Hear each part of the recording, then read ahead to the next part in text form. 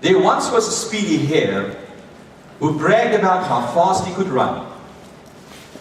Tired of hearing him boast, Slow and Steady the tortoise challenged him to a race. All the animals in the forest gathered to watch. Hare ran down the road for a while, and then he paused to rest.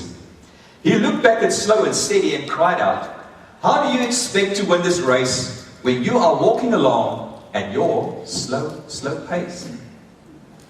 Hare stretched himself out alongside the road and fell asleep, thinking, there is plenty of time to relax.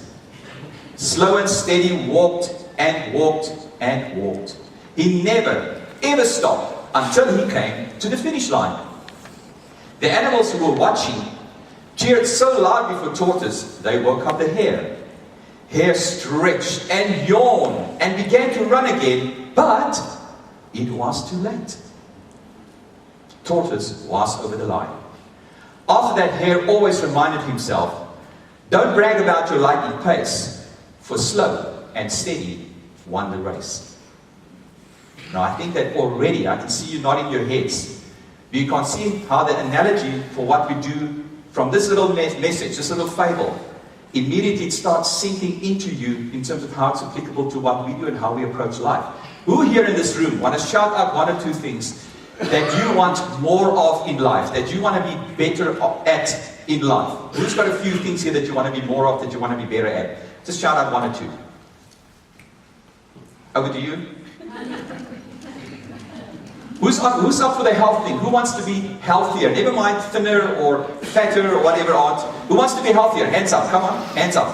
That's really, really great. Who here in this room wants to shed 5 kgs? Right, who has been trying to do that for 10 years? Okay, I've got a few, so you guys know what I'm talking about. Lovely, lovely. Richard's giggling on the side there. It seemed to be the most weight he's ever picked up in his entire life after a really, really good holiday was 3 kgs.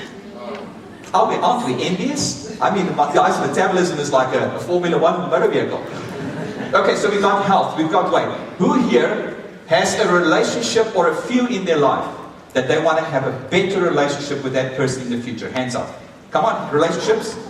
Relationships, come, don't be shy. Play with me. I told you I'm going to be stretching you this morning. I've got them, I've got them. And you know what, whenever we sit in coaching with people, it's never about their business.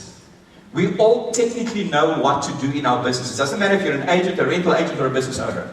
Our biggest challenge is always on relationship and self-management principles. Always. All coaching. Trust me, I coach. Over the past 5 years, I have coached myriads of people. In the very first conversation, either a relationship will come up, or a self or a time management issue. The rest just falls into place if we get these things right. Right, who in this room wants to be better, wants to have more income, better business and career? Hands up. Come on. Listings, mandates, qualified buyers, mortgage finance, stuff like that. Great. I'll ask one more. So we've got income, business. Right, here's one very important one for estate agents. Future security. If you have to retire or wanting to go home or become, God forbid, sick and you have to be at home, who here is financially secure enough to carry themselves for another 15 years? Hands up. Financially secure enough, you don't need any future security. Nobody. Well, maybe you're just shy because you don't want to tell how much money you have. For me personally, if that would happen to me today, if heart would inspire me, I will last until tomorrow afternoon, 2 o'clock. That's about the amount of money that I have in the bank. I think, well, that's how far my overdraft will take me, as a matter of fact. So there's a great challenge for us. So can you see that we all have an internal race? There's something that we are striving for the finish line. Better health, more business, more income, more mandates, better relationships, better weight management, better time management. We all have something. And that race is an internal race. You are not running for this against anybody. There's nobody competing with you on health. There's nobody really competing you on business. There's nobody competing you for future security and investment. Nobody. It's just you. And you know what? There are 2 voices in your head. It's a tortoise voice and a hare voice. And the tortoise voice says to you, you know what's the right thing to do? Get up now, do the following, make the feedback call. You've set in your business plan, that's what you're willing to commit to do it now. And the hare voice is saying to you, oh, don't stress, man. This is a really great cappuccino. Spend half an hour with the friends. We will make those calls tomorrow. We will return that message that your client has left a little bit later today. And the tortoise voice is saying to you, no. Run and run and run until you reach the finish line. Whatever that may be, the mandate, the listing, the number of phone calls you have to make, the better health.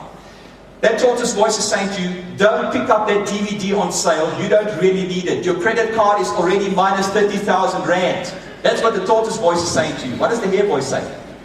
Oh, come on, that'll just complete the collection. It's a Matrix video. You know you need the third one. Yeah, but my credit card's already 30 grand in overdraft. Oh, come on, it won't make a big difference. That's what the hare voice is saying to you. And continually here in our mind, we're competing against these two voices. The one voice who tells us to do the right things all the time, the tortoise voice of commitment and consistency, and the hare voice, he keeps on telling us there's plenty of time. Don't worry about it now, we can do it tomorrow. Can you see that? Is it just me who have those voices in their head, or is it some of you as well? Can I just see your hand going like this if you have a voice in your head? Except Anthony's got a few voices in his head, not just two.